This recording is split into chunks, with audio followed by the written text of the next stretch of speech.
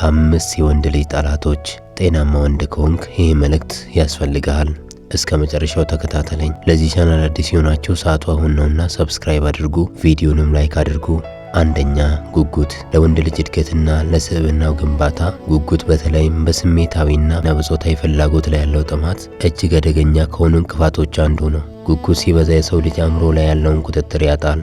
ይህ ደግሞ በባዮሎጂ ደረጃ ከፍተኛ ጉዳት አለው። ይህም ማለት የዶፓሚን መዛባትን ያመጣል። በከፍተኛ የጾታ ጥማት ውስጥ የሚኖር ወንድ ለአጭር ጊዜ እርካታ ሲል የነርቭ ስርዓቱን ያዳክማል። ይህ መደጋገም በራስ መተማመንን የሚገነባውን የዶፓሚን ሲስተምን ስለሚያዛባው በሌሎች የህይወት ዘርፎች ስራና ፈጠራ ላይ ትኩረት ለማድረግ የሚያስችል ጉልበትና ፍላጎትን ይነጥቀዋል። ፍላጎትን መቆጣጠር አለመቻል የማያቋርጥ የውስጥ ጭንቀትን ይፈጥራል። ይህ ጭንቀት ደግሞ የሰውነትን በሽታ የመከላከል አቅምን እንዲቀንስና ያለ ጊዜው የእርጅና ስሜት እንዲፈጠር ያደርጋል። ጉጉት ያለበት ወንድ በሴቶች ውስጥ የሚያየው የሰውነት ክፍሎችን ወይም የስሜት መውጫ መሳሪያ ብቻ ነው።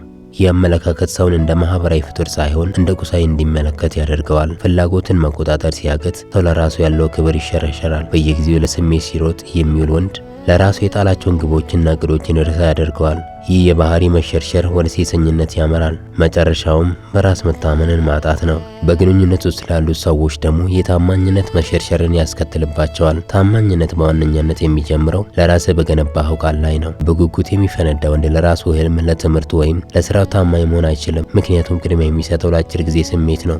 አንድ ሰው በትናንሽ ስሜቶቹ ላይ መግዛት ካልቻለ በዋና ዋና የህይወት ውሳኔዎች ላይ መቆም ይከብደዋል። በጉጉት የሚኖር ሰው የትዳር አጋሩን ወይም የወደፊት አጋሩን በእኩልነት አይመለከትም። እንደዚህ አይነት ሰው ታማኝ ለመሆን የሚቸገረው ለስሜቱ ስለሚገዛ እንጂ ለተገኘው ሰው ብሎ አይደለም። የታማኝነት መሰረቱ መምረጥ ሲሆን የጉጉት መሰረቱ ደግሞ መፈለግ ነው። ዓላማው ሲሟላ ታማኝነቱም አብሮ ይረግፋል። አንድ ወንድ ህይወቱን ለማግናት መጀመሪያ ማድረግ ያለበት ነገር ስሜቱን የመቆጣጠር አቅምን ማዳበር ነው። ጉጉት ማለት በውሃ ጥም እየሞቱ የባህር ውሃን እንደመጠጣት ነው። የሚጠማ ይመስልሃል፣ ነገር ግን ይበልጥ ያደርቀሃል። እውነተኛ የወንድነት ጥንካሬ ያለው ፍላጎትን በጊዜውና በቦታው የሚያውቅ በስሜቱ ሳይሆን በአእምሮ የሚመራ ሰው ላይ ነው። ሁለተኛ፣ ሴትን አብዝቶ መከተል ወይም መፈለግ።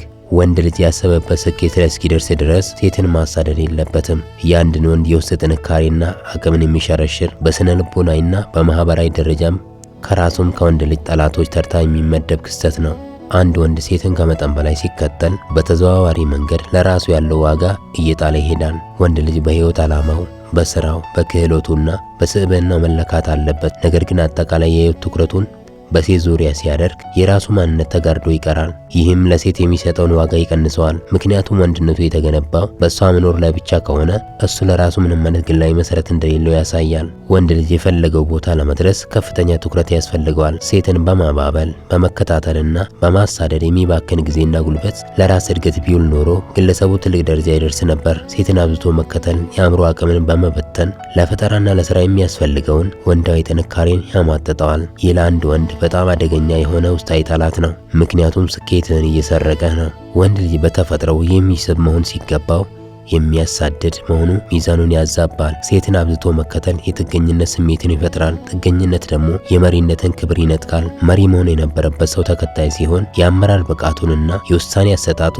በሴቷ ስሜት ወይም ድርጊት ቁጥጥር ስር ይወድቃል። ከመጠን ያለፈ መከተል ብዙውን ጊዜ ውድቅ መደረግን ያስከትላል። አንድ ወንድ ለሴት ያለው ፍላጎት አቅም ሲያጣ ድንበር ማለፍ ይጀምራል። ይህ ደግሞ ግለሰቡን በሰዎች ዘንድ ዝቅ እንዲል ያደርገዋል። እንዲነቀፍና የራስ ክብሩ እንዲጎዳ ያደርገዋል። ለራስ ክብር አለመስጠት ከወንዶች ትልቁ ጠላት አንዱ ነው። ሲመጣና ሲሄድ ታማኝ የሆነ ለራሱ የሚኖር ወንድ እንጂ የሴት እግር ተከትሎ የሚቅበዘበዝ ወንድ ክብር አይኖረውም። ሴትን አብዝቶ መፈለግ ስሜታዊ ነፃነትን ያሳጣል። አንድ ወንድ ደስታው የተመሰረተው ሴትዮዋ በምታሳየው ምላሽ ላይ ከሆነ እሱ በሷ ስሜት ሰለባ ሆኗል ማለት ነው። ይህ ጠላትነት አንድን ወንድ አቅመቢስ፣ ጭንቀታማና ለራሱ የማይኖር ያደርገዋል። እውነተኛ ወንድነት ግን ከስሜት ነፃ መውጣትና በራስ መተማመን ላይ መቆምን ይጠይቃል።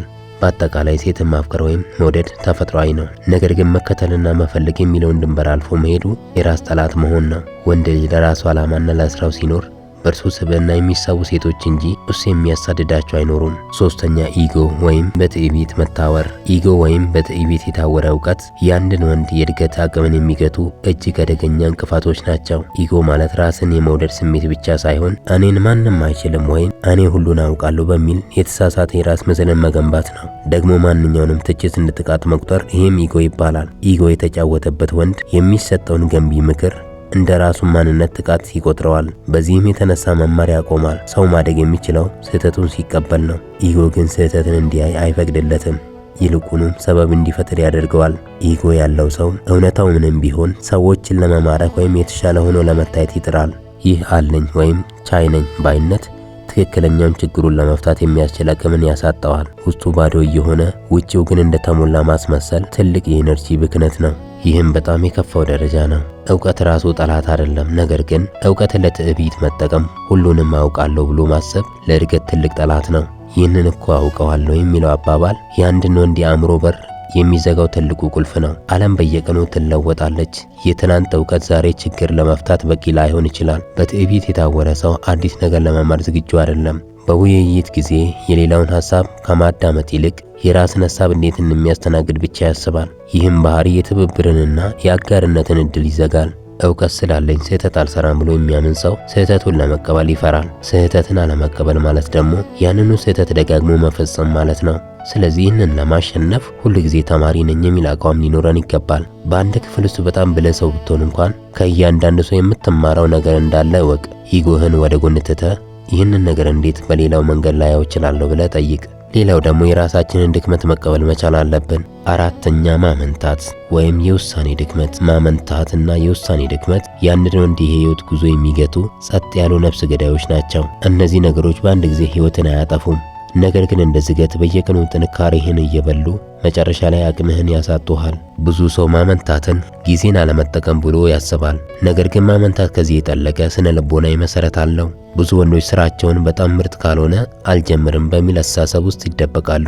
ይህ ደግሞ መጀመሪያውኑ ስራውን እንዳይጀምሩ ያደርጋቸዋል። ፍጽምናን መጠበቅ ለውድቀት መሸሸጊያ የሚጠቀሙበት ሰበብ ነው። አንድ አዲስ ነገር ስትጀምር ወይም ትልቅ ውሳኔ ስትወስን ውጤቱ ምን እንደሚሆን አለማወቅ ጭንቀት ይፈጥራል። ይህን የጭንቀት ስሜት ለማስወገድ አእምሮ ነገ አደርገዋለሁ በሚል ሰበብ ወደ መዘግየት ይመራሃል። ጊዜ ሲያልፍ የማይመለስ ሀብት ነው። ስራን ወደ ነገ ማስተላለፍ በራስ ላይ ያለህን እምነት ቀስ በቀስ ይሸረሽረዋል። አንድ ወንድ የማይወስን ሲሆን ህይወቱ እንደ መሪ አልባ መርከብ በየአቅጣጫው ይወላውላል። በአሁኑ ዘመን ብዙ አማራጮች አሉ። ብዙ መምረጥ ስትችል የትኛው የተሻለ እንደሆነ ለማወቅ በሚደረግ ምርመራ አእምሮህ ይደክማል። መጨረሻ ላይ ምንም አይነት ውሳኔ ሳይወስኑ ጊዜው ያልፋል። ውሳኔ መወሰን ማለት የውሳኔን ውጤት የመቀበል ኃላፊነት ማለት ነው። ብዙዎች ውሳኔ የማይወስኑት በውሳኔያቸው ላይ የሚመጣው ስህተት ተጠያቂ መሆን ስለማይፈልጉ ነው። ነገር ግን ውሳኔ አለመወሰን ራሱ አንድ አይነት ውሳኔ ነው። አምስተኛ መጥፎ ወዳጅ ወይም ጓደኛ። የአንድ ወንድ የህይወት ስኬት ከሚወስኑ ዋና ዋና ነገሮች አንዱ ከማጋር ይወዳጃል፣ ከማጋር ይውላል የሚለው ነው። ሰው በአካባቢው ላይ ተጽዕኖ ከማሳደሩ በላይ አካባቢው በሰውየው ላይ ያለው ተጽዕኖ እጅግ የሰፋ ነው። መጥፎ ወዳጅ ስብዕናህን ቀስ በቀስ ይገላል። የሰው ልጅ ከተፈጥሮ መኮረጅ የሚችል ፍጡር ነው። ከሰዎች ጋር ስትውል ሳታውቀው የእነሱን የንግግር ዘይቤ፣ አስተሳሰብ፣ ዓላማና ድክመትን ትጋራለህ። ጓደኞች ህይወታቸውን በዘፈቀደ የሚመሩ ዓላማ የሌላቸው ወይም ለሰው ዋጋ የማይሰጡ ከሆኑ አንተም በውስጥ የምታስቀምጥላቸው የህይወት መለኪያዎች እየቀነሱ ይሄዳሉ። መጥፎ ወዳጆች አንዳቸው ሌላውን በስህተት ውስጥ እንዲጸኑ ያደርጋሉ። በቡድን ውስጥ ቁም ነገር አውሪ ወይም ዓላማ ያለው ሰው ለመሆን ብትሞክር ጓደኞች ሊያሾፉብህ ወይም ከቡድኑ ሊያገሉ ይችላሉ። ይህ ደግሞ በቡድን ውስጥ ለመቆየት ስትል እውነተኛ ማንነትን እንድተው ያስገድዱሃል። መጥፎ ወዳጆች ከስኬት ይልቅ ችግርህን የሚጋሩ ናቸው። ሁልጊዜ ስለ ችግር፣ ስለ ሰው ክፋት ወይም ስለ አጭር መንገድ የሚያወሩ ሰዎች ለአእምሮ የሚሰጡ መረጃ የቆሸሸ ነው። ይህ ደግሞ በአንተ አእምሮ ውስጥ ያለውን የመፍጠር አቅምን ይገላል። ስኬትን የሚፈልጉ ወንዶች ጊዜያቸውን እንደ ካፒታል ነው የሚያዩት። መጥፎ ወዳጆች ግን ጊዜያቸውን በባዶ ወሬ፣ በመጠጥ ወይም በሌላ ጥቅም ላይ ያሳልፋሉ። ከነሱ ጋር ስትውል ጊዜህ ብቻ ሳይሆን የወደፊት ህይወትህም እየተበላ ነው። እስካሁን ስለተከታተላችሁኝ አመሰግናለሁ። በድጋሚ ለዚህ ቻናል አዲስ ሆናችሁ ሰዓቱ አሁን ነውና ሰብስክራይብ አድርጉ፣ ቪዲዮንም ላይክ አድርጉ።